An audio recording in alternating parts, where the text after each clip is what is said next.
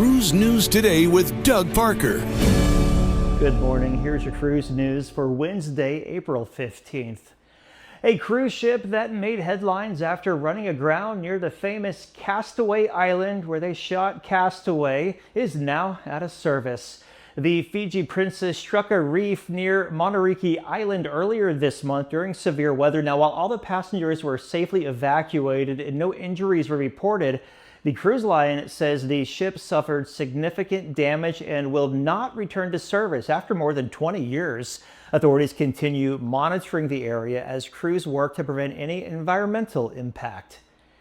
And Holland America Line is planning a major fleet upgrade, investing more than $500 million in a new renovation program. The initiative will renovate several ships with bow-to-stern improvements over the next few years. The first ship to be updated will be the Oosterdam, with changes debuting next year.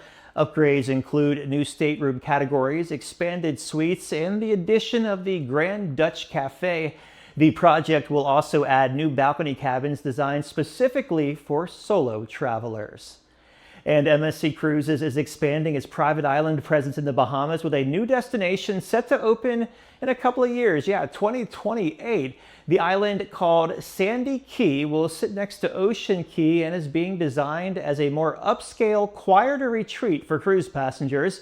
We shot this drone footage of the area last spring.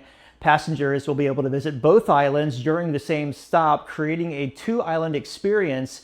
MSC is also upgrading Ocean Key with new dining, family areas, and expanded amenities. The move comes as cruise lines keep investing in their own private island experiences.